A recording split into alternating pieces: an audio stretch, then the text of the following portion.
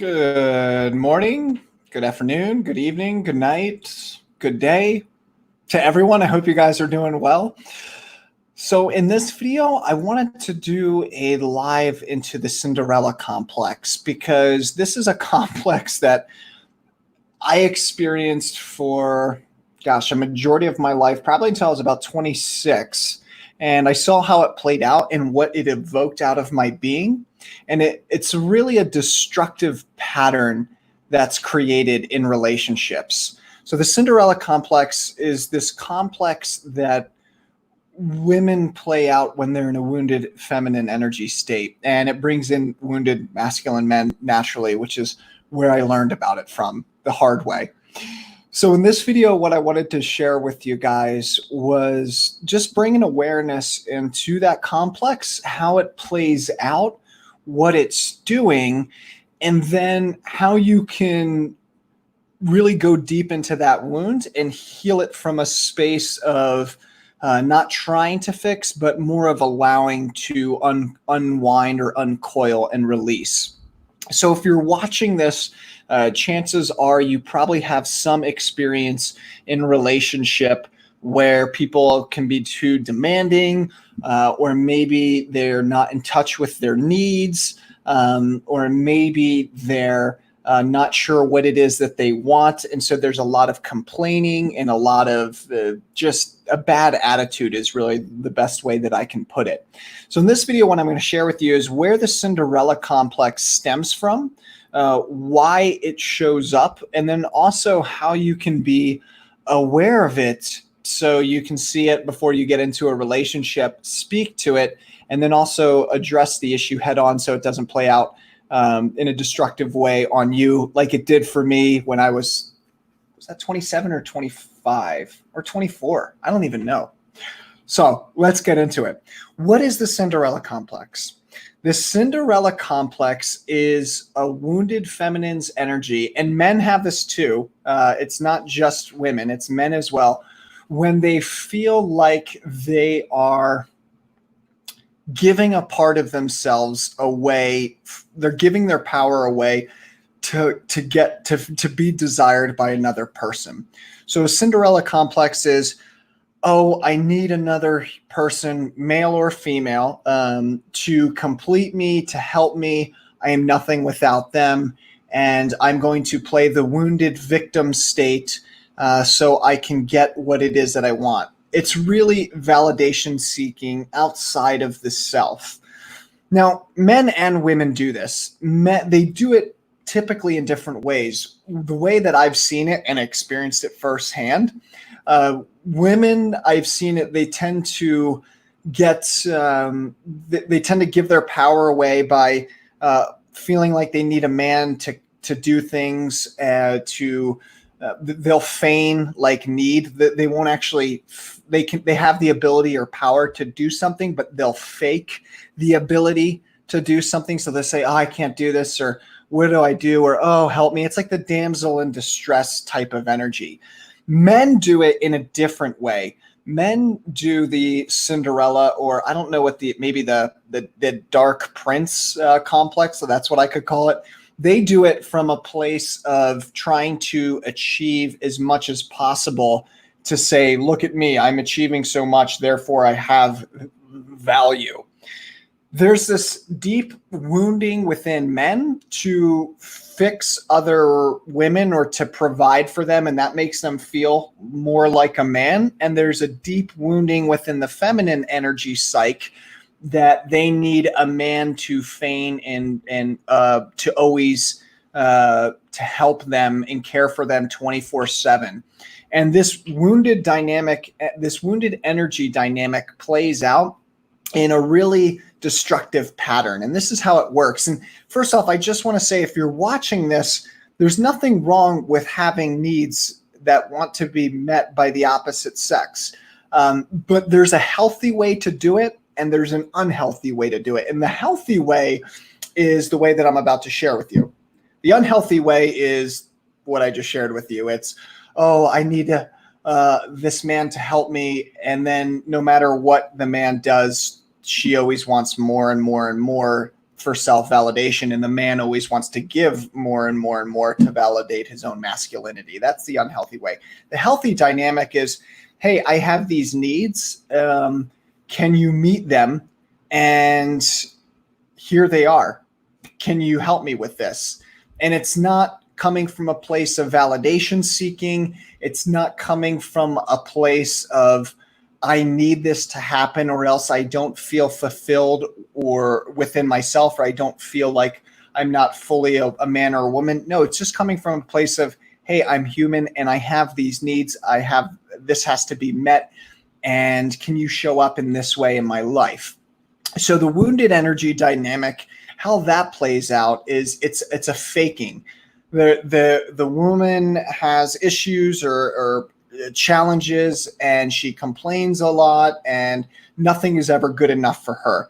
And then the man sees that, and he's like, ooh, this is a woman that I can save, that I can feel really good about saving and feel good about myself. And then he plays that out over and over and over again. And so but it's never ending. So the man feels more like a man by helping the woman. The woman feels more like a woman because she's being quote unquote saved by a man.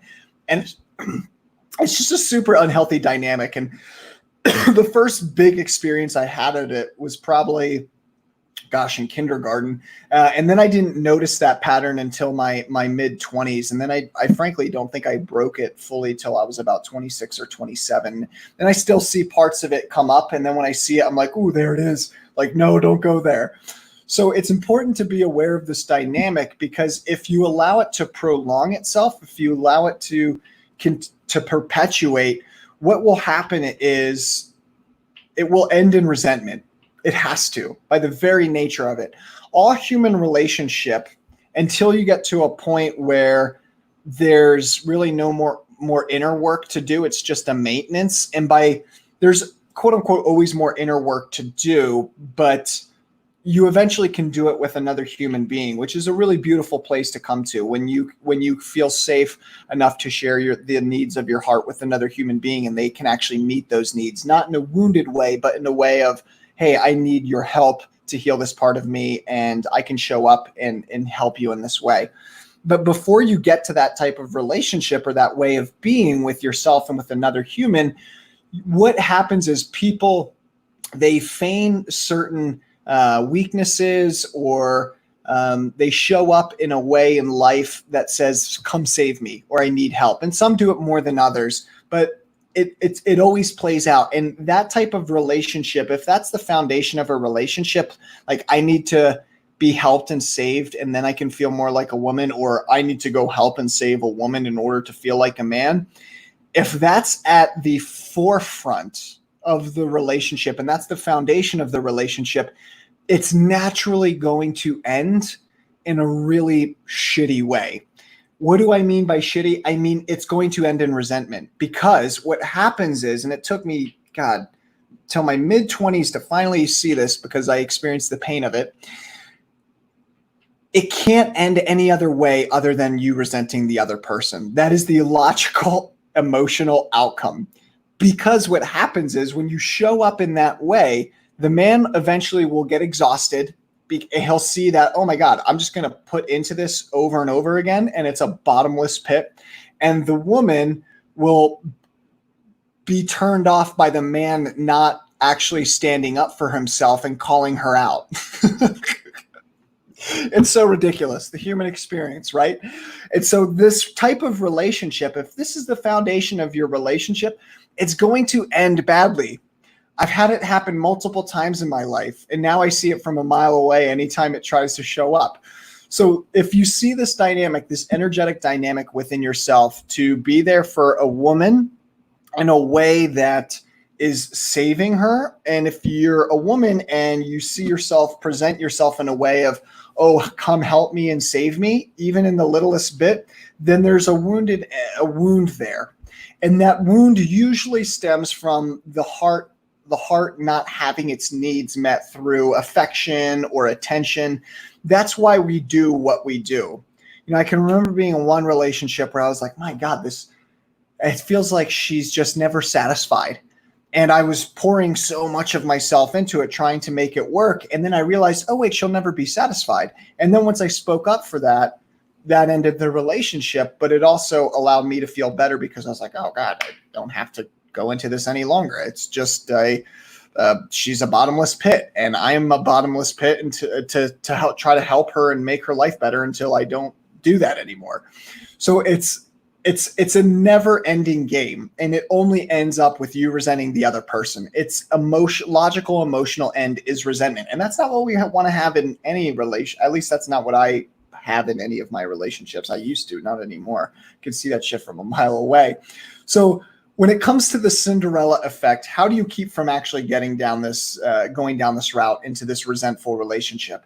You be honest with your needs of the heart straight up, and you see whether that person has the capability and the capacity to show up in that way that you need them for. It's normal to have human needs, emotional needs, energetic needs, sexual needs, physical needs, mental, intellectual stimulation. All these are needs that every single human being has. It's part and parcel of who we are. That being said, if those needs that you have are coming from a place of you trying to prove or save, which is usually with a masculine energy, and then the feminine energy is, I need help, I can't do this without you, that coming from that foundational core is going to collapse the relationship, because no one is ever going to be satisfied. And it's coming from a wound from the mother or the father. So in order to avoid that type of relationship, we need to go internal and deal with the wound directly. Now, here's the great thing. You can do this with a therapist. You can do this with a coach. You can even do this with another human being and play it out in relationship. However, you can't do it alone. And here's why I say you can't do it alone. And most people, I would say about 70% of people, if I were to look at my life experience, get really upset when I say that you can't do it alone. But here's the reality. As human beings, we're 100% interdependent upon each other. As spiritual beings having a physical experience, yes, we're 100% independent. We don't need anything else outside of ourselves. But as human beings, we are interdependent upon one another. And there's some things in your life, I promise, if you go deep within yourself and you test this for yourself to see if it's true, there's some things that you're in your life that you just need another human being to work through, because it's their very energy being present within your life that allows the unraveling or the uncoiling to happen. I used to like to believe that we can heal ourselves no matter what, and that we're already whole. Yes, I do believe that every human being is whole in and of themselves. That is not only a belief, that's been my experience. No matter what you think, if you're broken, no matter what, if you think you're hurt, I get that. But it does take other human beings to hold space for you. And that's really what we're all trying to do for each other here on the planet right now. It takes other human beings to hold space for you. It takes other human beings to witness for you. It takes other human beings to hold you in a place that you may have never been held before. Now, a lot of people get upset with me when I share that view, but I've tested both out. I've tried to do it alone, and it's been really hard, and I've tried to do it completely dependent upon other people, and that's frankly just as shitty and just as hard. What I've found is we need both. We need to hold space for ourselves, but we also need other human beings to be present with us and hold space. And when we really honor that contradiction, which truth is always paradoxical in the sense that when we honor the interdependence and our need for other human beings, not codependence, interdependence, and when we honor our own divinity and our independence and self-reliance, when you honor both, you'll see that you'll become the fullness of who you are. You'll become wholesome. And what I mean by wholesome, literally the word holy comes from that. Wholesome being the fullness of who you are, the fullest divine expression through the physical being. When you come from that space and you interact with life and reality from there, that is a fun space to interact with reality from and to play with life. So the Cinderella Complex ultimately, hey, Tanya, good to see you. Hey, Anna. The Cinderella Complex ultimately is a wounding within that we need to take care of. It's just pointing to a wounding. If you're complaining a lot, if you're trying to save others of the lot, if you're trying to be the hero all the time, that was one that I used to play out a lot. And that's one that I see a lot of men and women play out, trying to be the hero. If those are complexes that are ruling your life, then it's pointing to an inner wounding where the heart didn't have enough affection or enough attention given to it. When we get the natural emotional needs that we have, that we need to have met, affection, attention, validation for who we are and our accomplishments. And if you're one of those people who says, I don't need any human validation, I'm perfectly fine within myself, I call bullshit. I used to be of that view as well too. It is a social need. We are social beings. We need to honor those social aspects of ourselves.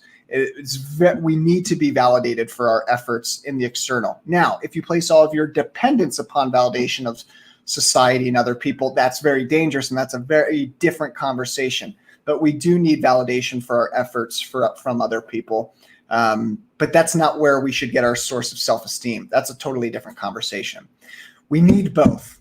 The human heart needs affection. It needs attention from others and from the self. And we need to honor both fully.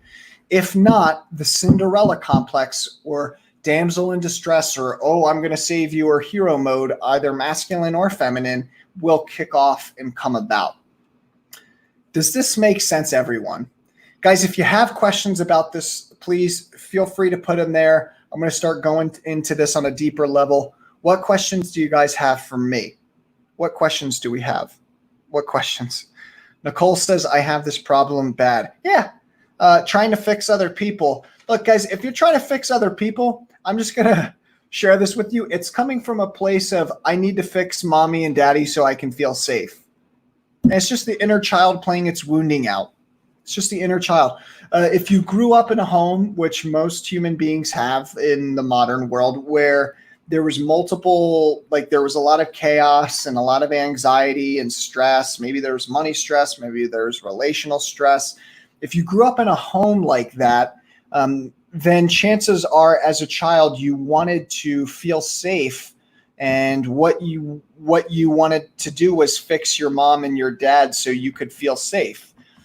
Now, if that inner child is still a part of you, then that's what's ruling your decision making still to this day. And that's a work in progress. Like me and my inner child, we're tight. I always check in on him. Hey, little buddy, are you okay? What do you need right now? Ooh, yeah, I see you rebelling. Or, like you can talk with your inner child. It's a very real human being. It's within you, and it's still there, and it's still trying to play itself out. So, Nicole, if you have these issues where you're trying to fix other people or heal other people, you can let that pattern go. It's easier said than done. That's why I do the work that I do in the world. But it's you don't have to fix anyone. I just knowing how to fix another human being. Or trying to fix another human being. It's coming from a place within you that needs to be healed. It was an inner child wounding that was never addressed. Typically, if I were coaching, I would ask questions around that, but I'm in teaching mode right now. Nicole says, well, shit, this comes from when I was in the first grade and my parents split up for one day, but it was enough to last my life. Yeah, I'm going to speak to that. The human existence is incredibly fragile. Guys, we're very fragile.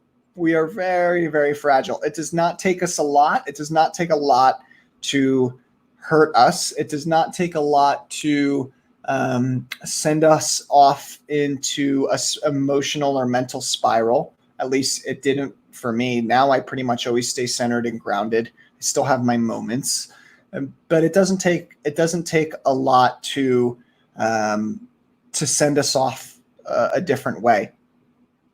So if you're still finding those inner woundings playing out, that's normal. It just means that there's some inner wounding, inner child work to do. And that's cool. Like that's like 90% of the planet still has to do a lot of inner child work. So if you're trying to fix other people, if you're trying to heal other individuals, if you're trying to do that work in the world, then all it means is that your inner child didn't have needs that were met when it was younger. and it had to be apparent when you were supposed to be a child. Anytime that we try to fix other people, unless we're getting paid money, it's your inner child wanting to fix mommy and daddy so it can feel safe. Tanya says it's hard to break those thoughts. It may feel that way, Tanya. It may feel that way, but with the right coach, therapist, person, safe space, it's not. I knew it might feel that way now, but it's actually quite simple. I grew up in a very volatile home, and I played that pattern out to its fullest. And that's not something that rules over me too much anymore. It still shows its ugly, shadowy head every now and then. But as soon as it does, I give it the love and the attention, and I say, "What do you need, little man?" And then I do whatever it is that I need to do. And now they're pretty much fully integrated. What other questions do you guys have? Tanya, I'm going to read your comment. She says, yeah, my inner child always feels like not being loved or people don't love me enough, even though in reality people do. Yeah, so questioning the love and acceptance, not believing that you have worth, not believing that you're worthy of compassion and love, and not being open to that. Yeah, that's a big pattern that a lot of people have, Tanya. So you're not the only one. You're not the only one. There's a lot of individuals who still have that. Does this make sense, guys? Like any acting out, most human beings in the world are acting out of anger. Not most, but there's a lot. If you're acting from a place of anger or upset, or if you're acting from a place of trying to prove, all that's pointing to is an inner child or a part of you that wants to be loved and to be seen. And you can see that for yourself. But it also helps to have that from another human being as well, too. And in fact, I think both are necessary.